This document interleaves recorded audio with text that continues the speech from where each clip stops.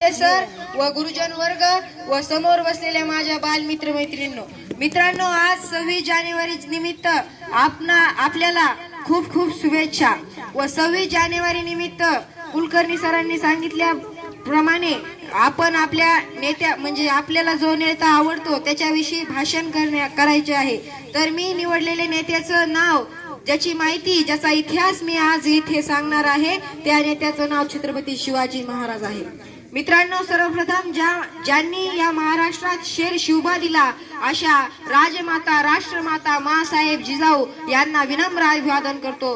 तसेच स्वराज्य संकल्पक शहाजी राजे भोसले यांना देखील विनम्र अभिवादन करतो व अखिल मानव जातीचे आराध्य दैवत अवघ्या महाराष्ट्राचे जाणते राजे छत्रपती शिवाजी महाराज यांना विनम्र अभिवादन करतो।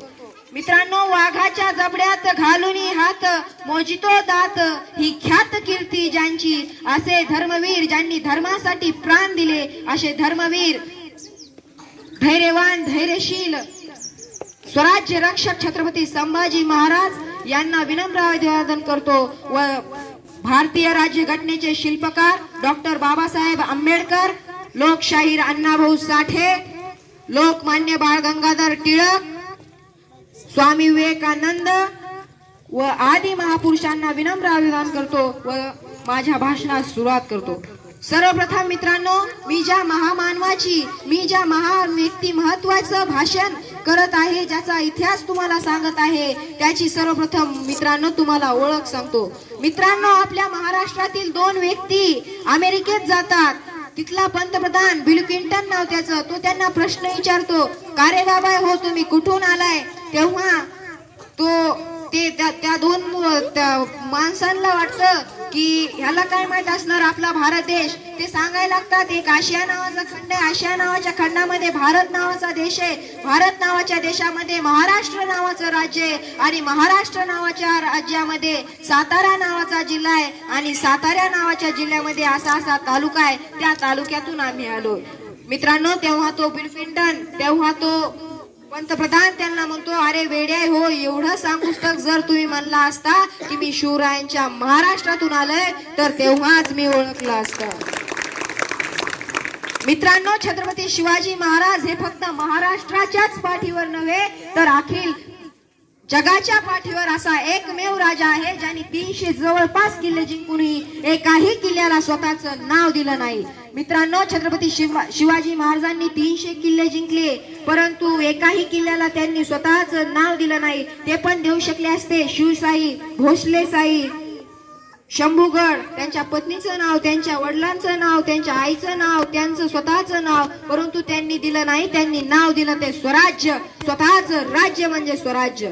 मित्रांनो, असाच एक प्रसंग आहे, अफजल खानासारखं महासंकट जेव्हा छत्रपती शिवाजी महाराजावर स्वराज्यावर चालून येतं, तेव्हा मित्रांनो त्या शिवाजी महाराजांची पत्नी मरणाच्या दारात असते। शिवाजी महाराजांची सर्वात मोठी पत्नी सईबाई, या वैद्यांनी सांगितलं होतं की 2 दिवसात यांचं निधन होणार आहे। त्यांनी त्यांच्याकडे पाहिलं, त्यांच्या आईकडे पाहिलं, त्यांच्या पत्न्यांकडे पाहिलं आणि छोटंसं बाळ होतं शंभू बाळ, त्या बाळाकडे पाहिलं आणि छत्रपती शिवाजी महाराज स्वराज्याला वाचवण्यासाठी प्रतापगडाकडे गेले आणि औरंगजेब अफजल खानासारखं मोठं संकट चालून आलेलं त्या स्वराज्यापासून त्याला दूर केलं। मित्रांनो, छत्रपती शिवाजी महाराजांची ओळख फक्त त्यांच्या राज्यातच चांगली नव्हती, ती परराज्यात म्हणजे मुघलशाही असेल, आदिलशाही असेल, अशा विविध सत्तांमध्ये देखील शिवाजी महाराजांची ओळख ही चांगली होती। मित्रांनो, असाच एक प्रसंग आहे, जेव्हा अफजल खानाकडून शाहिस्ते खान लाल महालावर येतो शिवाजी महाराजावर चालून, त्याने शिवाजी महाराजावर हल्ला करण्याच्या आत शिवाजी महाराज त्याच्यावर हल्ला करतात, परंतु शाहिस्ते खान तर काही घावत नाही, परंतु त्याचे 3 बोटे तिथे कापले जातात आणि तो जेव्हा मुघल औरंगजेबाच्या आडोशाला जातो, निवाऱ्याला जातो, तेव्हा त्याची पत्नी पळत येते आणि म्हणते, हुजूर हमारी उस बच्ची को वो काफिर सिवा उठा के लेके गया है। तेव्हा तो शाहिस्ते खान म्हणतो की बस कर पगली, वो सिवा हमारे जैसा नहीं है। असाच एक प्रसंग जाता जाता सांगून जातो. मित्रांनो, छत्रपती शिवाजी महाराजांचं दुःखदायी जेव्हा निधन होतं तेव्हा ही खबर दक्षिणेस दिल्लीला औरंगजेबाकडे पोहोचते. तेव्हा औरंगजेब त्याच्या डोक्यावरचे पागोटे, त्याच्या डोक्यावरचा ताज त्याच्या सरदाराच्या हातात देतो आणि म्हणतो, ए खुदा रहम कर, तेरी जन्नत के पांचों दरवाजे खुले रख, एक नेक दिल इंसान, एक नेक दिल सिवा तेरे पास आ रहा है. तेव्हा त्याचा सरदार औरंगजेबास प्रश्न विचारतो की बादशाह सलामत, दुश्मन किले रहे. तेव्हा औरंगजेब म्हणतो, त्या वजीर आला, त्या सरदाराचं पद होतं, वजीर आला, सिवा जैसी शख्सियत, सिवा जैसा नेक दिल इंसान लाखों में एक होता है. दुश्मन की औरत को माँ कहने वाला सिवा एक नेक दिल और अच्छा इंसान था.